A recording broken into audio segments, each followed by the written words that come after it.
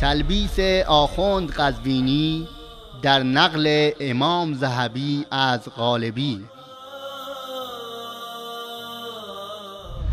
ما هذه الرقائق التي تحدث بها، این عبارت ها، روایت هایی که خیلی ضعیف است و بی اساسه، اینا چی نقل میکنه؟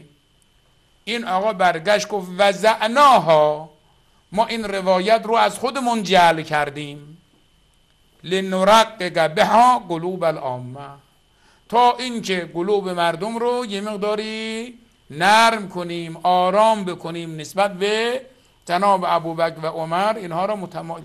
ببینید بینندگان گرامی، الرقائق در زبان عربی به روایاتی گفته می شود که برای نرم ساختن دلها و نزدیک کردن به الله متعال از آن استفاده می شود، که شامل موارد گوناگونی در زمینه اعتقادی، اخلاقی و معنوی به مانند تقوا، صبر، توکل، گریه از ترس الله متعال و امثال ذالک است که انسان با خواندن آن دلش نرم می شود.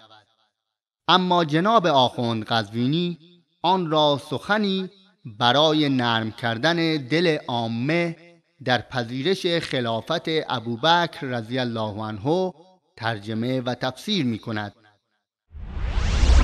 باز ذهبی برای شما عرض کنم میاد در شرح حال احمد ابن محمد ابن غالبی غلام خلیل، برای شما عرض کنم عجیبه. میگه راوی میگه به غلام خلیل احمد ابن محمد گفتم ما هذه الرقائق التي تحدث بها، این عبارت ها، روایت هایی که خیلی ضعیف است و بی اساسه، اینا چی نقل میکنه؟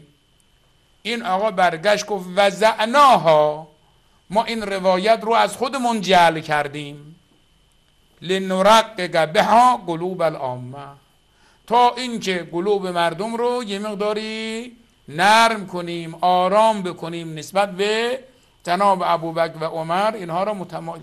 ببینید میگه ما این روایت را برای شما عرض کنم جعل کردیم تا مردم را به طرف دین و دیانت و اسلام و خلفا جذب کنیم، جلب بکنیم. خب بفرمایید. بینندگان گرامی، در این سخن وقتی از غالبی پرسیده می شود چرا این احادیث را ساختی، می گوید برای نرم کردن دل مردم که مراد از آن در باب معنوی می باشد و نه در مورد خلافت ابوبکر رضی الله عنه.